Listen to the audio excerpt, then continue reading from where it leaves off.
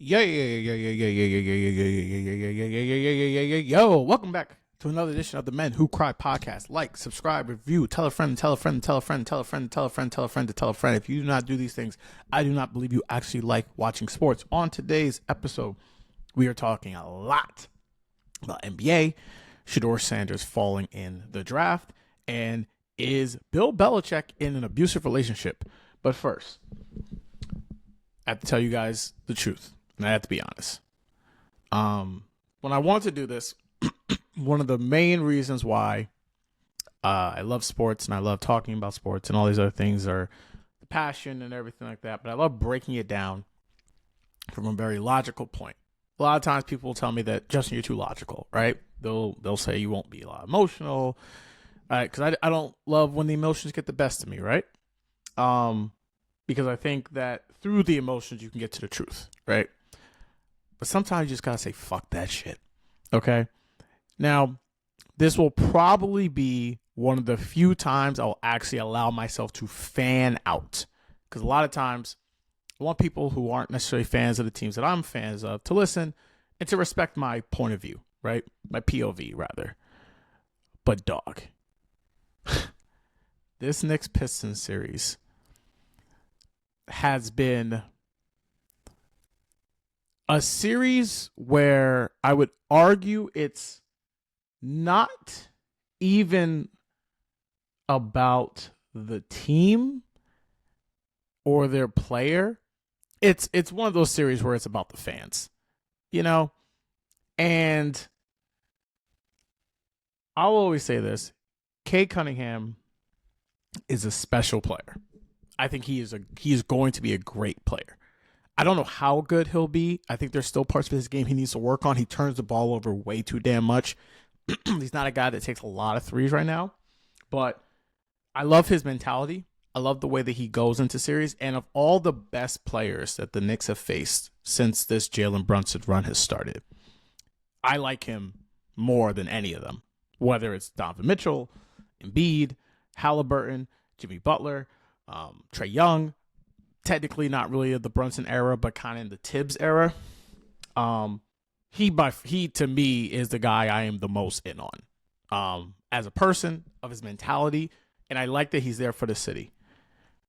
The rest of these motherfuckers can get the fuck up out of here. Oh my God. So, talking about Game 4, a lot of great NBA action.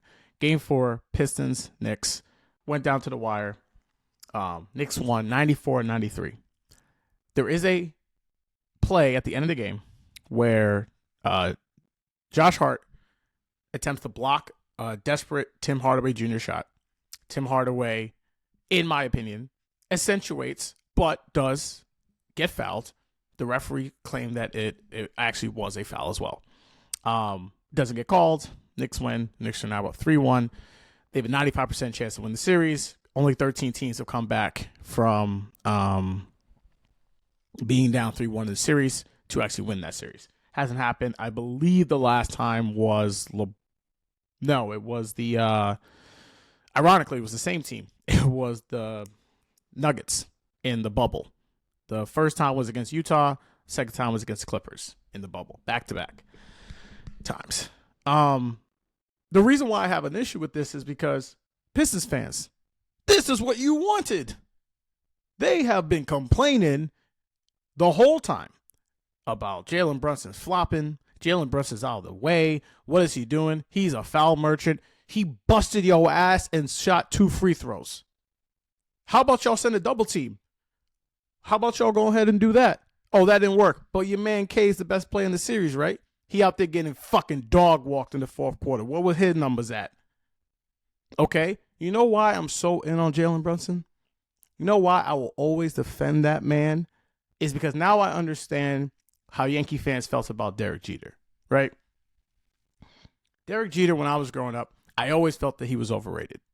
Mostly because I felt like people talked about him like he was like a guy who was like an MVP, like a Barry Bonds-like player, right? A guy who you're like, wow, this guy's a dominant player. Alex Rodriguez. I always felt like, why do people on Alex Rodriguez's case so damn much? He has to get you to the playoffs too. I understand once you get into the playoffs, things happen like that, especially baseball's a little wonky series with who can actually be the player to carry you. But it always just made me feel like, why are you guys obsessed with this guy? Until Jalen Brunson came into my life. And the reason why I make these comparisons to these guys are both guys I think will never win an MVP. Jeter never won one. I think his highest finish was 5th. Brunson right now, his high is 5th. I don't actually foresee him ever winning it, but things might change. You never know. I don't think he'll ever be considered the best at his position. Neither was Jeter. You can argue both guys are probably in the top 3, top 4 kind of category of their position. But never considered like the best guy of where he played. But when the money was on the table, when it's time for all that yapping, all you pencil pushers out there who keep crying that your best player isn't doing this stuff, all you guys who say, I watched the games, and yet you tweeting out nonsense, just watch your team get their ass kicked over and over and over again, because this guy's a fucking killer, okay? Remember that. He's a killer, all right? Ain't no doubt about it. How often, as Knicks fans, would you see the team lose a lead and then it's just done? Or you would see someone come into your building, you guys played excellent for 3 quarters. You're like, we're the better team, and all of a sudden it's done. I'll never forget one of these games. 2000 and what was his free agency season? It had to be the 18-19 season. This had to be super early in the year. The Knicks might have been like 1-2 at this point. We're playing the Golden State Warriors. This is Kevin Durant before his walk year. There's that big poster board of him and Kristaps together that looked disgusting. If you know, you know. I watched most of that game. The Knicks were completely beating the Golden State Warriors. This is when they were at their, maybe not their peak, but this is when they were that team. And I remember the Knicks had a lead going into the 4th quarter, again, against the Golden State Warriors team. And Kevin Durant came down and hit 3 straight threes, and the Knicks lost by 20 points. You know why? Because he's a killer. And sometimes it doesn't matter what you do in quarters 1, in quarter 2, in quarters 3. It might not matter what you do halfway through the 4th. When the money is on the line, there's not a dude in the league I want more than 11 in blue and orange. Not a soul. So for the Pistons fans who wanted all this physicality, you're doing a lot of bitching, because that's what you're doing now. You're just bitching. All right? You're going to go home. It's over. It's done. And I'm fucking tired of all of you all asking for the physicality. Physicality is not a skill. It's a mindset. And you're just not as good as the Knicks. Plain and simple. And I'm just over these people trying to convince themselves in some mind that, no, the Pistons really should be up 3-1. All they needed was Isaiah Stewart, who's a backup, and they'd be up 3-1. That was said by someone in the media who's supposed to be intelligent. Okay? Like, it's mind-numbing. The narratives that people just want to paint. They don't watch the game. But it's because they want to feel good, and they're like, oh, I can't actually be wrong. I have to say these things. And you sound ridiculous. So, shout out to the Pistons. You are a great story. You are not a great team. Okay? And your ass is going home real soon. And then we can then move on from this. And you can talk more about that one foul call that wasn't called, despite the hundreds that could have been called in this series. Hundreds. Last point is, if we're going to play this game of, well, they should have called a foul, Josh Hart has Tobias Harris's arm clearly in his ribcage, pushing him to the side. That seems to be a loose ball foul. Also, when Tobias Harris slaps the ball and it gets to Tim Hardaway Jr., his right foot is out of bounds. That wasn't called. So what exactly this is, all right? I am of the mindset, and I swear to you, I promise to God, this was how exactly what I felt. If the refs called the foul on Josh Hart. And Tim Hardaway Jr. makes 2 of the free throws because that's pretty much all he needed to make. 2 of the 3. You would not have heard a word of me about the foul because it was a foul. You don't put yourself in that situation to foul. Okay? I would, you know what I would have talked about? I would have talked about the fact that this team had almost a 15-point lead, and then Tobias Harris, to his credit, helped walk it down to being an 8-point lead heading into halftime, and the Pistons had an 11-point lead at home that they choked away because the playoffs are not about how you start the game. It's not about your shot attempts. It's not about none of that stuff. Bill Russell, the great Bill Russell, may he rest in peace, did an ad. I don't remember exactly who it was. It might have been for Nike. But this is, again, Bill Russell, who was a defensive player, said, this game has been and will always be about getting buckets. You can play the best defense that you want. You can slide your feet as best as you want. You can make swing passes as much as you want. It's about putting that orange ball in that hole. And unfortunately, for the Pistons, it's not enough. And they about to turn your TV off. Okay? God, had to get that couple seconds out of it because, Lord, have these people been annoying. Shout out to Detroit. Moving on. We're talking Lakers, Wolves. In a series that I had the Lakers winning in 6 games, which they literally can't now. The series is 3-1 heading back to LA, which I don't think is over. I don't feel the same way about this series as I do about Knicks Pistons, even though Knicks Pistons has been very close series as well. I think for a societal thing, if I take a step back, is we've let's not maybe the word. It's not only the fact that people, I think, are living longer, people are more relevant longer. What I mean by that is, look at the guys who host most of like the big radio shows and do a lot of these big time entertainment values.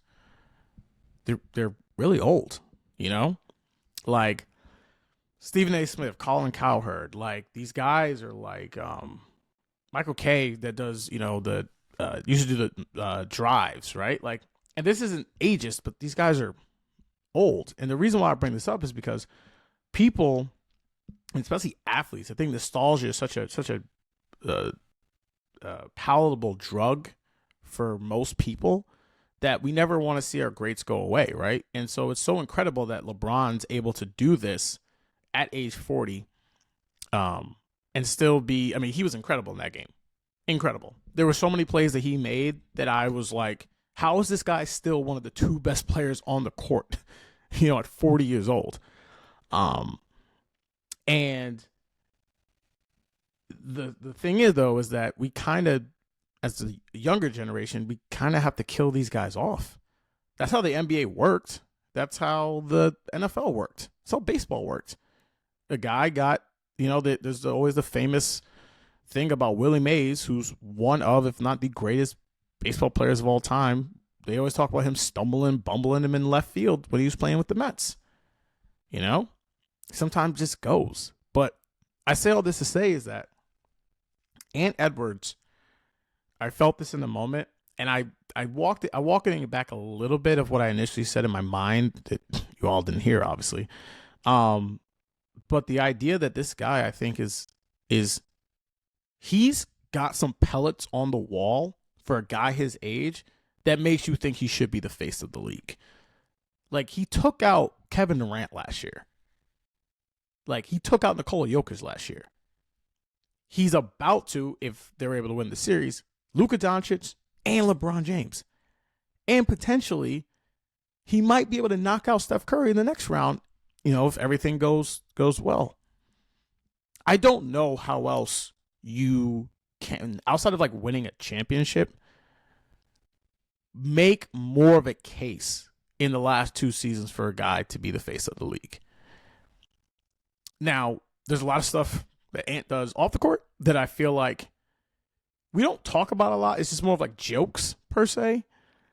But clearly none of it affects his on-court anything. I mean, he still has a sneaker deal. He's still considered one of the best players just in the league. And again, another guy who's become just a playoff killer.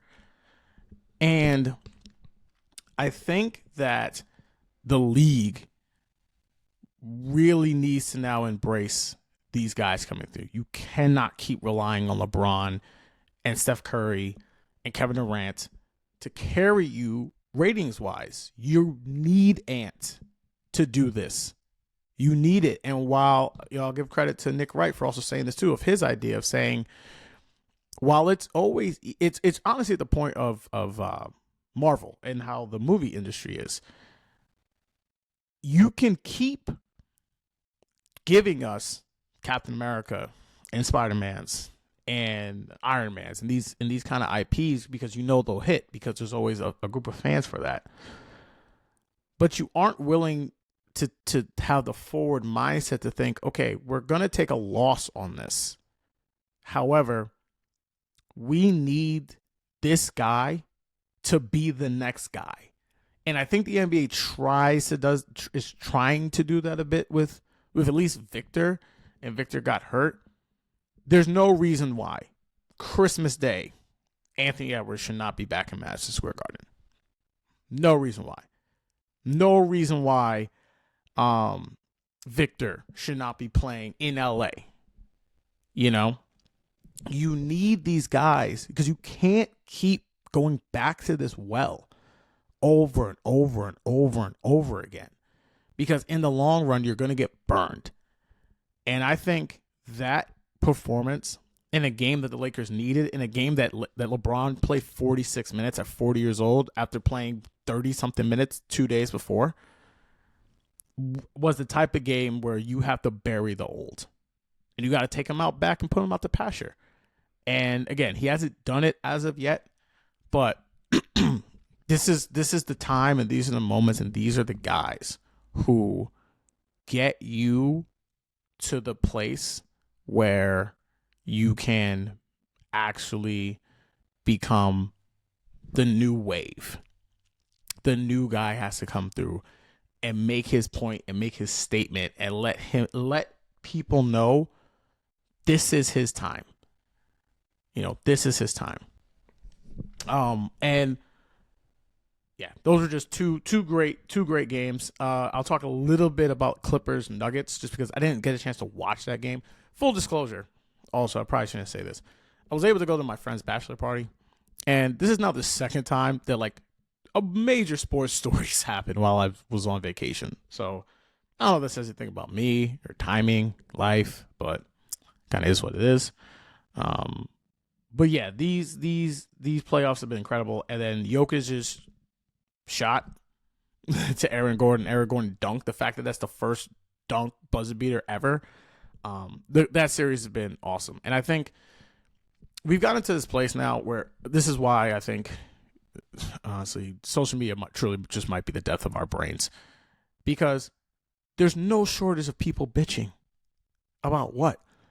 How is it that we went from we're shooting too many threes. This all happened this season. We're shooting too many threes. There's no physicality left in the game. The All-Star game is terrible. The regular season doesn't matter. The playoffs now are uncontrollable, and people are now playing football out there. Like, y'all gotta stop. Like, I'm not here to tell you that everything is sunshine and rainbows. The NBA's got its problems. But, like, you cannot watch these games and not just be mesmerized. Like, these games are really, really, really good. Outside of the, Oklahoma City just smacking up the Memphis. But even their last two games in Memphis were really good games. The Memphis fought, at least, to the end. They're trying to win those games at home. And, I think that we do not do a better job of just talking about how fantastic these things are, and how good the games just generally are. And this is truly one of the best times of just a sports year. Not just NBA, just the sports year. And I think this past weekend is always one of the best sports weekends of the year. We had the draft going on. We had the draft going on, and all the first round series that were incredible. All of them were really, really good. Moving along, we're going to slide over and talk about a little bit of the draft, which we didn't have draft coverage mostly on this show, mostly because of what I said before, is that the draft is in large part just a TV show. And it's not the hype of the draft is interesting. The actual implication of the draft, a lot less people care about that part of it. It's just more or less about like, oh, where did this quarterback go? And that's ultimately where this draft went to, where it was a draft about a guy who's a 5th round pick. You know, I'm not even going to say this got to Tebow level with its kind of coverage, but it was damn near close. So Shedur Sanders, who's the quarterback of Colorado Buffaloes, he was a projected or believed to be 1st round pick. And as it went along, he wasn't picked in the 1st round. He wasn't picked in the 2nd round, 3rd round, 4th round. He was actually picked in the 5th round. He's the 144th pick. He was the 5th quarterback taken in this class. And by and large part, what I've noticed mostly about draft coverage, and especially mock drafts, is that, oh, this is just clickbait. Like, I just checked. We already have a mock draft for 2026, and Arch Manning is projected the number 1 pick. We have no idea if Arch Manning's going to be the number 1 pick of the draft. That's so many months from now. And we're going to do this whole thing again. Where I remember when, and this is honestly why I think a lot of fans get so attached, because they look at these things as previews for movies that are already set and don't understand that this ain't a movie, dog. Things change all the time. There's ups and downs. Players play well, players play worse. There's guys you aren't hearing of right now. You have no idea who they are, who are going to be top 10 picks next year. It happens all the time. And the fact that it's been this, I would say, the conversation around him has gotten so moronic that we've gotten to the point where now we have to say that the NFL was colluding to keep him out of the league. And it has been sad to one point, because, and I've said this before a lot of times, is 2 things. 1, we truly denigrate, and I don't think a lot of times we celebrate the new accomplishments that African Americans have made in this country, whether it be in sports, whether it be in society, whether it be in life. We don't celebrate that enough. A lot of times when we talk about a lot of stuff, it tends to be during one era, the civil rights era. But the fact that not only was the number 1 pick in the draft a black quarterback, we are going to have maybe 20 starting quarterbacks next year who are black. 20. There were times where you could never have that. You never think about that. What's even more remarkable is that we're going to have at least 4, 5, 6, 7, 8 guys who are backups. Tyrod Taylor, Jameis or Russell Wilson, Jalen Milrose, who was just drafted, Shedur. Those guys are the stories of the league. You know, it's not just the elite players. It's just dudes. Josh Johnson has played for like 100 teams, and he's not good. He's not very good. And I swear to you, I think he's literally played for 100 NFL teams. And we don't, we were talking about Warren Moon had to go to Canada to play quarterback. And I feel like the conversation around Shedur, the fact that it's been compared to Colin Kaepernick, you know how fucking disrespectful that is? This man is not a martyr. He's not. He was a good college football player. This man showed no elite skills. outside of accuracy, and did not have the physical traits to show that you can say that this guy should then be like some type of star player. People want to compare this guy to Baker Mayfield. Baker Mayfield is going to go down as one of the greatest college football players of all time. And he struggled. He's not on his original team. You want to talk about Johnny Manziel? Johnny Manziel won the Heisman. And that pick was bad. Like, God, and again, as someone who has a podcast mic and is trying to break into an industry of people with a lot of podcast mic, we really got to unplug these things, man. Because some of the conversations around this thing has just gotten lunacy, where they were colluding to keep him out the NFL. The second point I was going to make, which is also the point that I think is the most, to me, distasteful, is we act as if the conversations about the NFL is trying to keep a black person down, right? And I think a lot of it goes to is, no, there is a certain type of black person that the NFL may or may not love, right? Where it's being brash and abrasive, or the chains and yada, yada, yada. Do y'all remember Cam Newton? Cam Ward is not this wallflower who isn't a very confident player. Okay? Robert Griffin III talked a lot of shit.